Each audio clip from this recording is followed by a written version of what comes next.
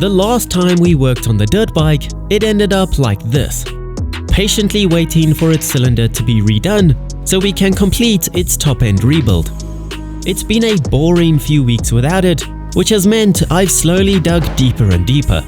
And it's now missing its subframe and airbox too, so that they can all get a good clean. I've also managed to get that stuck gear lever off while I wait for the replacement shift shaft. But sadly, today isn't the day that it goes back together. But since it can't be ridden, I figured it should get some TLC, and I can have some fun with it even without riding it. So today we're going to replace pretty much everything on its drivetrain, from chain and sprockets to chain sliders, rollers and guides. But first, let me show you why I want to replace all of that. My main issue with this drivetrain setup, besides the fact that it looks ugly, is that this chain is too long for the bike. So the wheel is sitting very far back in the chain adjusters, which I really don't like. And I don't want to just keep pushing it further back to tension the chain properly. I could just take a link or two out and make it a bit shorter, but to be honest, that's not the best approach, and it's also not a good chain. So this is a non-O-ring chain, which means there's no O-rings or little seals between the link and the roller to keep grease in and dirt out. So to replace that, we have this beautiful DID O-ring chain. When I first saw that my dirt bike didn't have an O-ring chain, I figured that that must just be how dirt bikes are, because every road bike I've ever had has had an O-ring chain.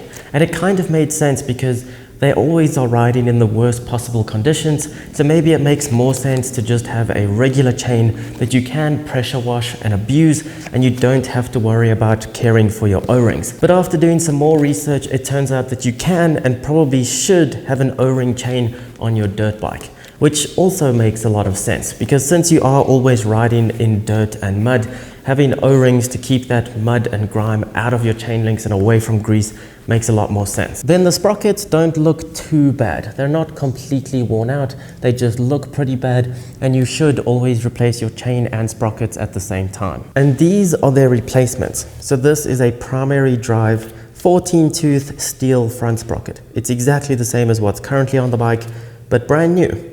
The back is pretty different to what's currently on there. So this is a Renthal 50-tooth black aluminium sprocket, and it's absolutely beautiful, and I can't wait to get it on the bike. So this is actually one tooth bigger than what's currently on the bike, and this is actually the stock size that YZ250s come with. But to be honest, I was happy to stick with the 49 tooth that I currently have on the bike because it should have a higher top speed, and I haven't been disappointed with its acceleration. But this was the only one that I could get on short notice, and to be honest, it doesn't matter that much to me. It is, however, aluminium and not steel, which means it's insanely light, but it won't last as long as the steel one that's currently on there.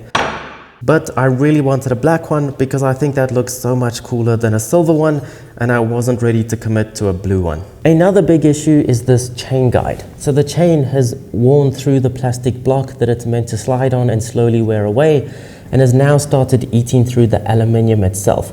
So now you can see shiny spots on the chain where it's been rubbing on that aluminium, which isn't too good for it, so now we have to replace this whole thing. And for that, we have this beautiful Achobe or Achobus, or however you want to say it, chain guide and a matching black chain slider. The slider isn't actually worn out, but I figured since I'm replacing everything else, I may as well replace this too. The rollers, well, at least this roller that's here, the other one's on the subframe behind me that's missing, it also isn't completely worn out, but they're inexpensive. So these primary drive rollers should look better and work better. So first, we have to get the old stuff off of the bike, and that got off to a rocky start.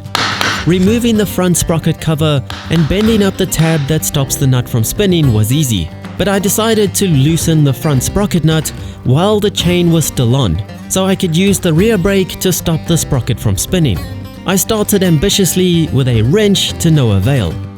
Let some penetrating oil soak in and up the ante with more traction, more weight and more leverage, but still my girlfriend wasn't heavy enough and I wasn't strong enough. I then moved on to a technique YouTube suggested, removing the rear wheel and jamming the chain around the axle with a screwdriver so it can't spin, and tapping the socket with a hammer. Not a method I'd use with a screwdriver or chain I liked, but this also didn't get it to budge.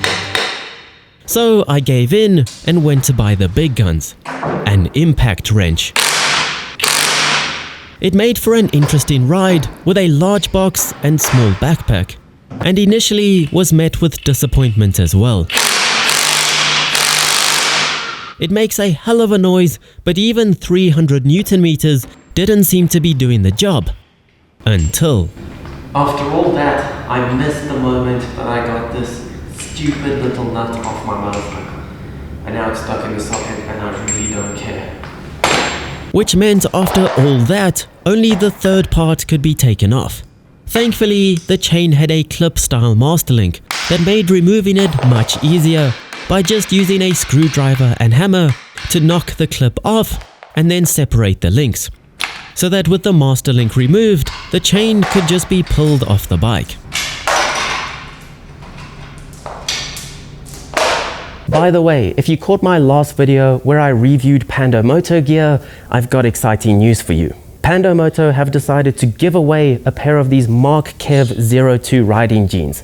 I absolutely love my pair and I actually reviewed them over on my second channel. So if you want to know any more about them, go and check that out. But all you have to do to win your own pair of these riding jeans is to follow both me and Pando Moto on Instagram, like the photo that I just posted on Instagram, and tag a friend in the comments. The giveaway ends this Wednesday, 20 October 2021. I will pick a winner from the comments and Pando Moto will send out a pair of these jeans in your required size.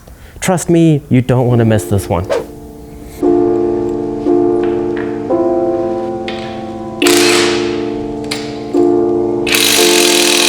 Since I now have an impact and I'm hooked on the power and speed of it, I put it to use removing the rollers and stock chain guide. The slider, however, required old-fashioned tools to be removed, which took a lot longer, as did the rear sprocket. But with the old parts forming a pile, they started to look very grimy and worn out. With all those parts removed and out of the way, it's the perfect time to clean all those areas that can't usually be reached.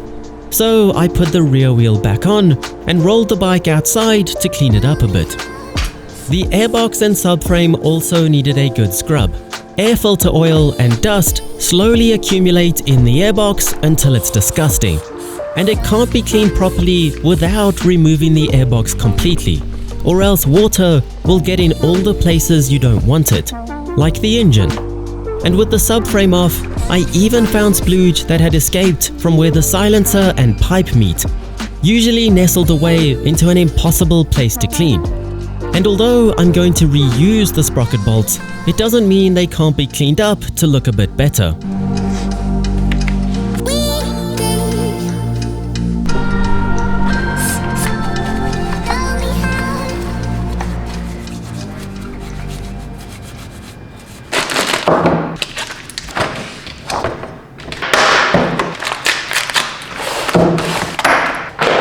With that out of the way, I could get to the fun part.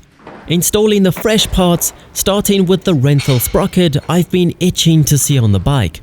You might be able to tell that I don't play with Loctite often, but I did eventually get a drop on all of the bolts and tighten them down so that I could move on to the chain slider. This is about as straightforward as it gets, yet I spent about 20 minutes just trying to get this little bolt threaded, while the slider itself, the linkage, frame and roller mount were all in the way and fighting me. It's always the unexpected little things that slow the process down. However, seeing the old next to the new made the effort worthwhile. The chain guide was nice and simple, and the black looks much nicer than the silver did in my opinion.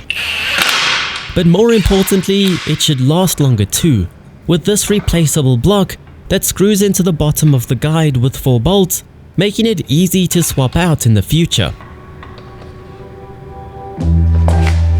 The new clean front sprocket got to go onto a clean countershaft, and although I am reusing the washer and nut, they both look much better after scrubbing the corrosion off of them. I just finger tightened it for now, but it will be properly tightened once the chain is on, if I don't forget that is. I figured the roller would be just as easy to install with the subframe back on the bike, but that turned out to be a bad decision, because the airbox got in the way of that bolt, and I had to loosen the airbox off again to get the bolt in. I also had to cut the bolt down to length. I'm not sure if I got given the wrong roller at the store, or if this is just part of the job, but nevertheless it will still work perfectly. Since my original issue was that the chain was too long, I wound the chain adjusters in a lot before routing the chain around the sprockets to decide on where to cut it so it would be a better length. Cutting it was the part I wasn't looking forward to. I decided on removing 6 links so that it would be shorter than before, and so I would end up with 2 male ends for the master link to attach to. I also got another new addition to the garage to be able to cut the chain. I considered getting a chain breaker, but an angle grinder seems to be more persuasive and more useful in the future. But then again, I've never actually used one. So instead of starting on my brand new chain for my first time ever using an angle grinder, I first practiced on the old chain, which was a good idea because it was a tad messy. So with not much more skill acquired, I moved on to the new chain, which at least got treated better in the vise.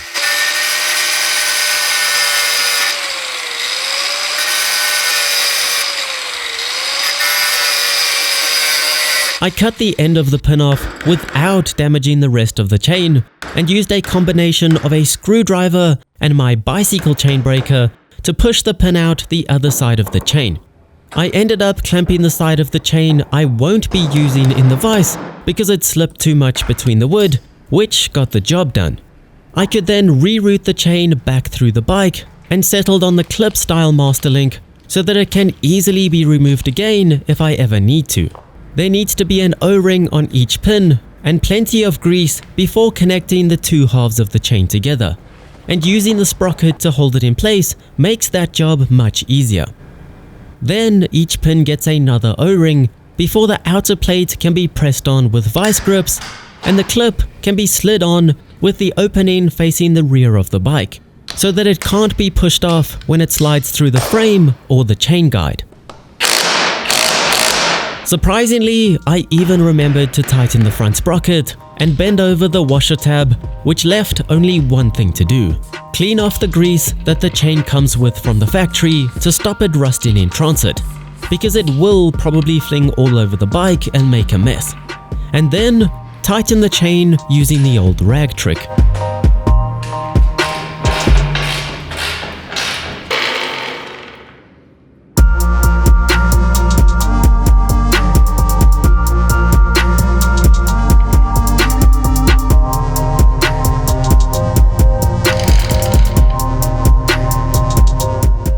So at this point, I would absolutely love to be able to take it for a ride, to see if I can feel the difference between the acceleration with the slightly bigger rear sprocket on the back.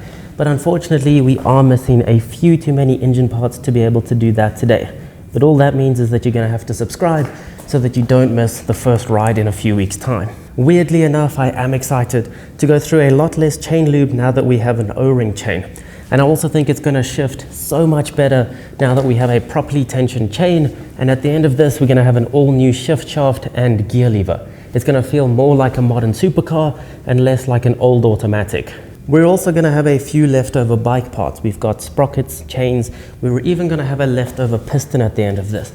And I used to make things out of old bike parts. I made a bike key hanger once out of old master links from a chain. I even made a helmet stand and a bag hanger out of an old piston. So if you have any ideas of what I should make with these parts in the future, let me know down in the comments. But anyway, let me know what you think of the brand new chain and sprockets. Let me know what you think of the little bit longer video. Thank you so much for watching, and I'll see you on the next ride.